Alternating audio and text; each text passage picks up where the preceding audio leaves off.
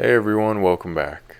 Do you have an LG or Kenmore front load washer like this that has a torn door boot there like that? Well, in today's video I'm going to be showing you how to replace that rubber door boot. So first things first, if it's stacked, you're going to want to unstack the dryer like this. Next thing, you're going to want to take off the lid. There's 2 screws in the back. And then you're going to want to go ahead and remove the screws from the soap dispenser housing. It's just 2 Phillips screws. Pretty much all these screws are going to be Phillips. Next thing, you're going to want to take the UI off, which requires you to take 1 screw out on the far side, and then you're going to want to pry up. There's some plastic clips you've got to take off. And you guys may have seen this. I have another video. I work on these machines a lot, and I like to replace the drain pump by disassembling it in the same way. So alright, next thing you're going to want to do is take that door spring off. What I like to do is get a dull flathead and pry the spring off from the bottom because there are some hooks. Next thing, you've got a couple of painted screws down here by the drain filter. And then you have a hidden one there. Once you take that plastic out, there's a hidden one. Then you've got about, I believe it's 6. Yeah, I think there's 6 of these Phillips screws that hold on the front. And this machine actually, the door lock has a connector that you can take off. A lot of them don't. A lot of them you actually have to unscrew the door lock mechanism, but on this specific one you can leave it screwed in and just disconnect that cable there. Alright, so now we've got better access to it. Now what you're going to want to do is get a ratchet set and take off these counterweights. What I do is get my impact and back them out. And you want to be careful. You don't want to drop these hard because they're just filled with cement inside and they can crack.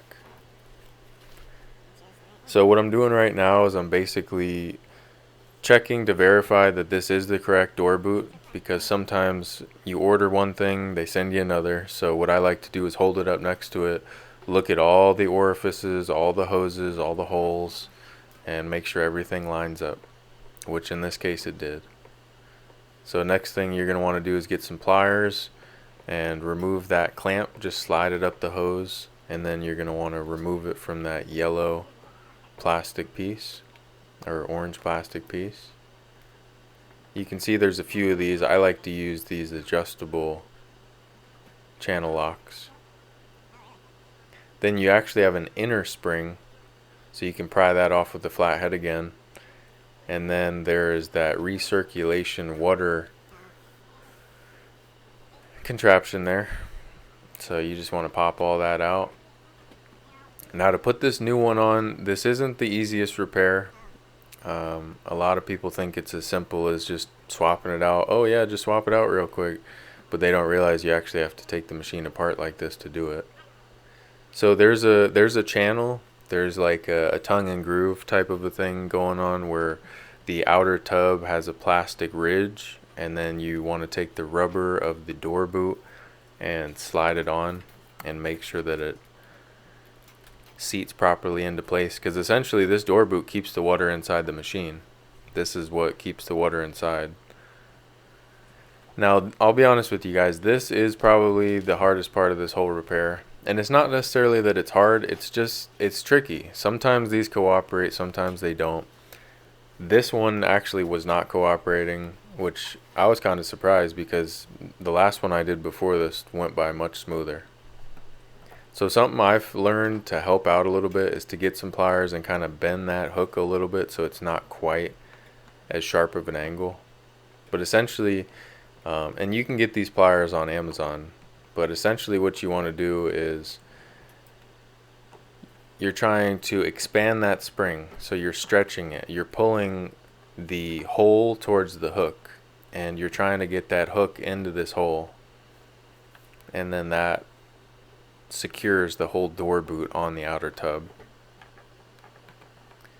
and there's not a whole lot of space. As you can see, I'm gonna be fighting with this one for a little bit. I actually end up having to open up that hole a little bit. I feel like it's that, I think this spring came maybe a little bit too small from the factory, because I mean, I have not had this much difficulty with one of these for a while. I mean, there was just not enough room to get that hook in there with the tool. And that's going to happen a lot. You know, if you guys do attempt this at home, just know that's going to happen quite a bit, especially if this is your first time or you're still new at this. When you are trying to get this spring right, that door boot sometimes is going to pop off. So you don't want to pull too much forward on it, because it will pull it off. So as you can see there, I'm reseating the door boot.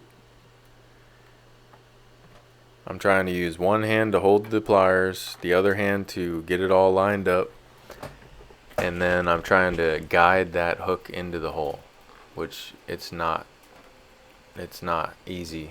It's not having fun doing. So you can see there, I went ahead and widened it again.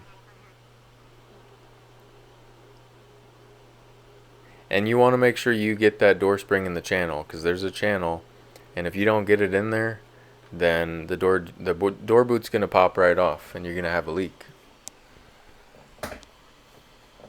Alright, let's give this another go. Come on, you can do it.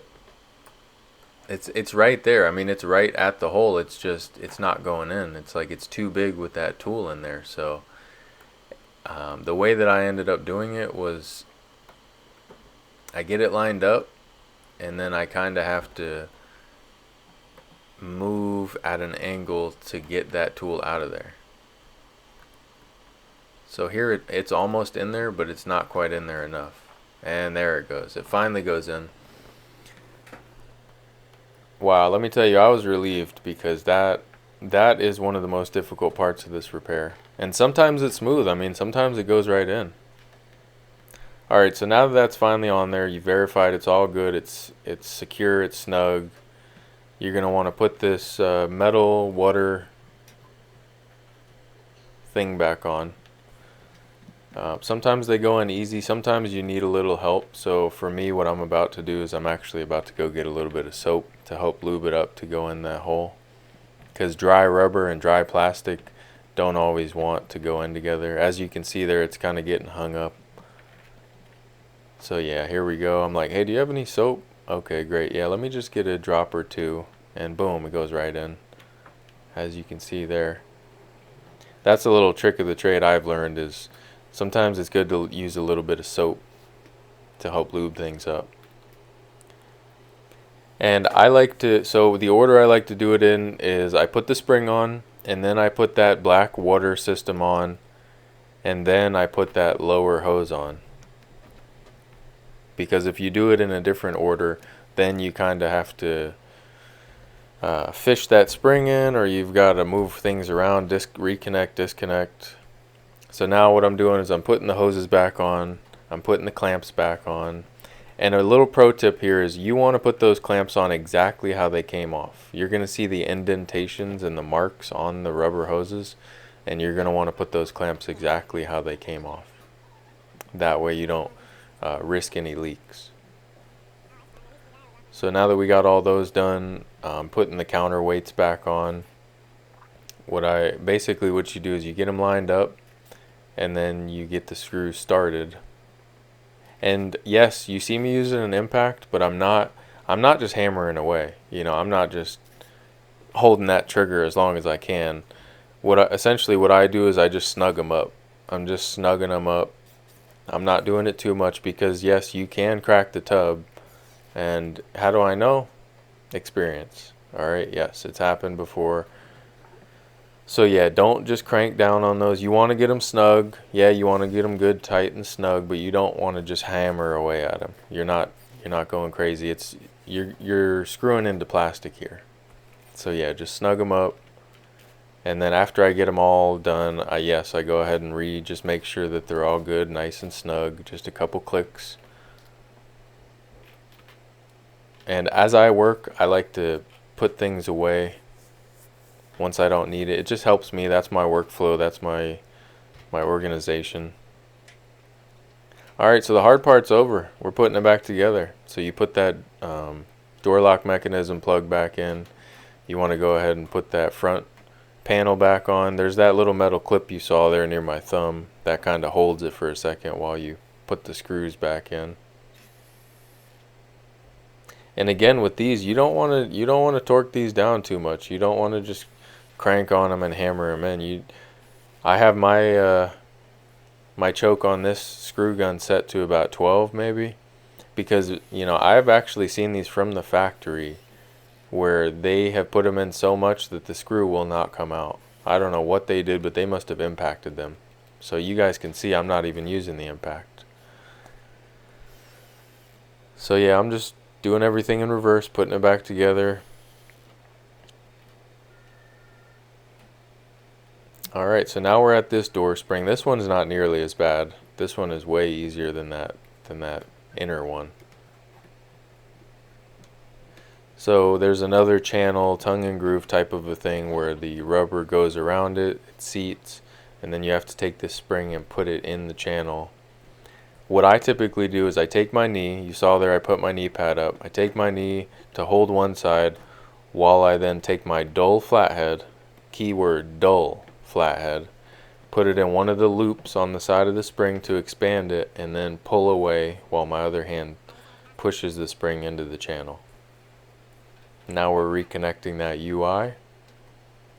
Just one plug, pop it in. That soap dispenser you're going to have to line up and then slide forwards. And the longest screws, if you do get them mixed up, remember the longest screws go in here. They go into the plastic soap dispenser housing. You've got that one little hidden screw there. And I like to put the soap dispenser in the tub while I work just because sometimes it'll leak. You're going to want to slide that lid on, put it on, slide it forwards. And then we still have those two screws, but before we start that, I'm going ahead and starting a test cycle just to verify. I like to test and verify in front of the customer so that they can have some peace of mind and see that it's not leaking, that it's working. Alright, put those two screws in and you're good to go. Hey, I hope this video helped you. If it did, like, comment, subscribe, whatever you feel to do. And yeah, hope you all have a great day. Yeah, as you can see here, I'm just putting my tools away. And there's the customer there watching. She's like, is it leaking? I'm like, no, it's not leaking, it's working good. Alright, see you in the next one. Later.